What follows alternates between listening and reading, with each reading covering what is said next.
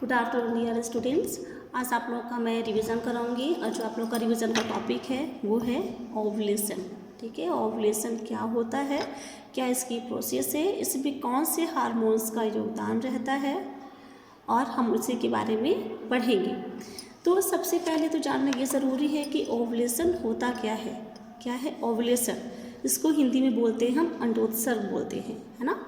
तो ovulation means क्या होता है कि किसी भी महिला में रिप्रोडक्टिव पीरियड से लेकर के, ठीक है, तो रिप्रोडक्टिव पीरियड्स के दौरान क्या होता है, रिप्रोडक्टिव पीरियड्स प्यूबर्टी से लेकर के जो मेनोपॉज तक का समय होता है उसको बोलते हैं रिप्रोडक्टिव पीरियड्स। रिप्रोडक्टिव पीरियड्स में क्या होता है कि जब प्यूबर्टी मीन्स क्या होता है, किशोरावस्था, है ना।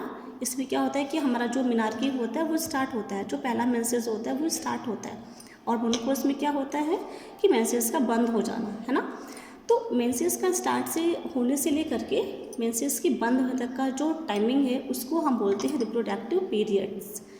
तो इसमें हम प्यूबर्टी से लेकर के मेनोपॉज तक का जो समय है वो कहलाता है आपका रिप्रोडक्टिव पीरियड कहलाता है।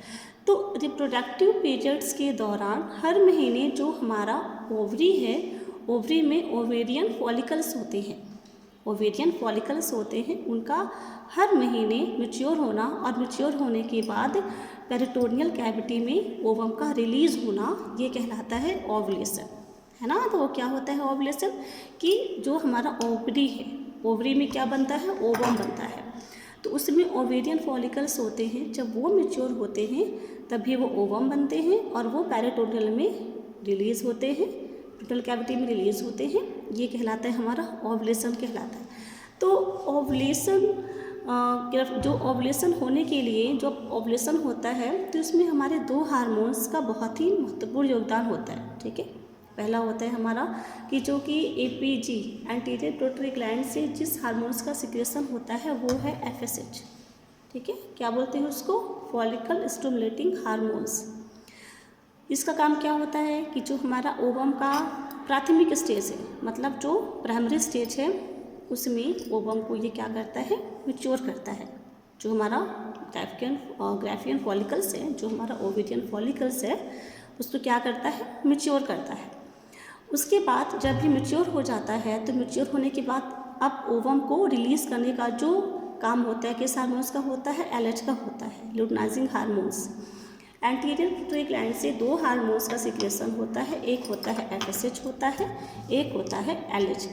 एफएसएच का काम क्या होता है कि जो हमारा फॉलिकल्स है, ओवेरियन फॉलिकल्स है, उसको मैच्योर करने में वो हेल्प कर रहा है। ठीक है, पर जो ओवेरियन फॉलिकल्स है उसके चारों तरफ क्या मिलता है, उसके चारों तरफ पाया जाता है फॉलिकल्स लाइनिंग सेल्स। उसके चारों तरफ सेल्स होते हैं जिसको हम बोलते हैं फॉलिकल्स लाइनिंग सेल्स बोलते हैं।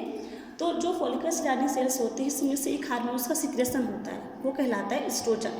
एस्ट्रोजन क्या करता है कि जो हमारा ओवुलेशन है उसमें भी वो हेल्प कर रहा है।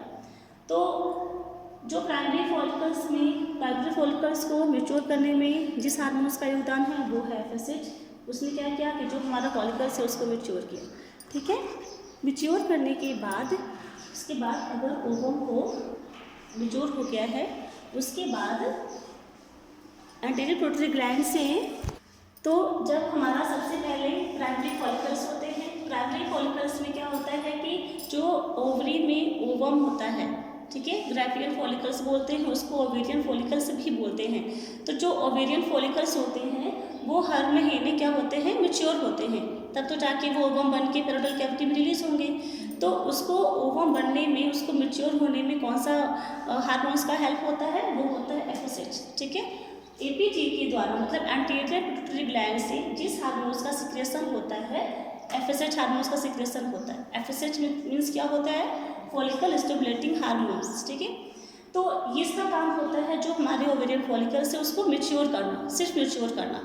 तो जो फॉलिकल्स होते हैं उसके तरफ जो सेल्स होते हैं, फॉलिकल्स के चारों तरफ सेल्स पाए जाते हैं जिसको हम बोलते हैं फॉलिकल्स लाइनिंग सेल्स। ठीक है, उसको हम बोलते हैं फॉलिकल्स लाइनिंग सेल्स। और फॉलिकल्स लाइनिंग सेल्स के द्वारा ही उससे भी एक हार्मोन्स का सिक्रेशन होता है, उसको बोलते हैं एस्ट्रोजन। एस्ट्रोजन का भी हेल्प होता है हमारे ओवेरियंस को, जो हमारे ओवेरियन फॉलिकल्स है उसको मैच्योर करने में वो भी काफ़ी हेल्पफुल उसका योगदान रहता है।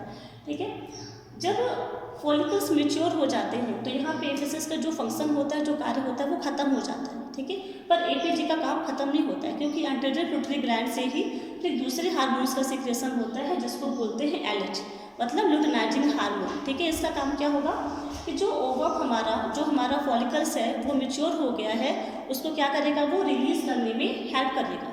ठीक है, तो मैच्योर फॉलिकल्स का ओवम का रिलीज होना, ठीक है, जो मैच्योर फॉलिकल्स है उसका ओवम में रिलीज होना क्या कहलाता है, ओव्यूलेशन कहलाता है। पर यहाँ पे फिर दो कंडीशन होती है। एक कंडीशन ये होती है कि अगर ओवम पेरिटोनियल कैविटी में रिलीज हुआ तो अगर ओवम को स्पर्म मिलता है तो क्या होता है, फर्टिलाइजेशन होगा।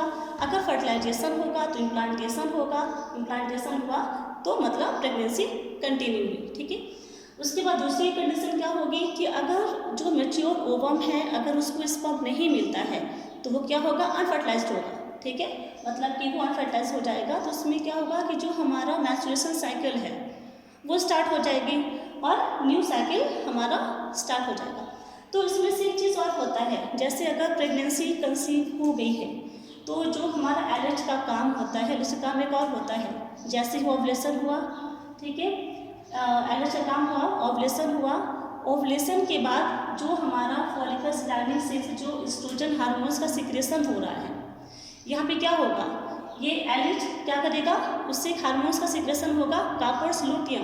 ठीक है, कार्पस लूटियम का सिक्रेशन होगा। कार्पस लूटियम का काम क्या होता है कि जो ये एस्ट्रोजन है ये किस में कन्वर्ट हो जाएगा, जो फॉलिकल्स लाइनिंग सेल से वो कन्वर्ट हो जाएगा आपका कार्पस लूटियम में। और कार्पस लूटियम से दो हार्मोन्स का सिक्रेशन होता है। ठीक है, एक होता है आपका प्रोजेस्टेरोन, कम मात्रा में एस्ट्रोजन, प्रोजेस्टेरोन होता है, कम मात्रा में एस्ट्रोजन होता है। तो जो प्रोजेस्टेरोन का फंक्शन क्या होता है कि जो हमारा एंडोमेट्रियम लेयर होता है उसके डेवलप में, उसको ठीक करने में हेल्प करता है। ठीक है, और एस्ट्रोजन का भी काम रहता है। पर उस टाइम पे जब कार्पस लूटियम से एस्ट्रोजन का सिक्रेशन कम होगा, प्रोजेस्टेरोन का सिक्रेशन ज़्यादा होगा।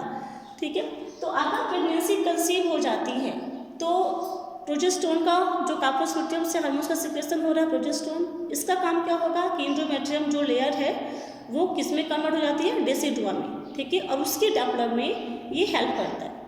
अगर प्रेगनेंसी कंसीव नहीं होती है, मतलब अगर प्रेगनेंसी कंसीव नहीं होती है तो जो हमारा कार्पस लूटियम है उससे हार्मोन्स का सिक्रेशन नहीं हो रहा है। ठीक है, किस हार्मोन्स का, प्रोजेस्टेरोन और एस्ट्रोजन का, है ना। अगर प्रोजेस्टेरोन और एस्ट्रोजन हार्मोन्स का सिक्रेशन नहीं हो रहा है तो क्या होगा, जो हमारी एंडोमेट्रियम लेयर होगी वो क्या होगी, शेडिंग उसका होना स्टार्ट हो जाएगा। ठीक है, तो शेडिंग होना, एंडोमेट्रियम का टूटना, झड़ना, वो क्या कहलाता है, हमारा मैच्योरेशन साइकिल के, मैच्योरेशन के दौरान ब्लीडिंग के साथ क्या होना, स्टार्ट होना, ये कहलाता है हमारा ओवुलेशन होता है। ठीक है, ये समझ में आ गया स्टूडेंट्स।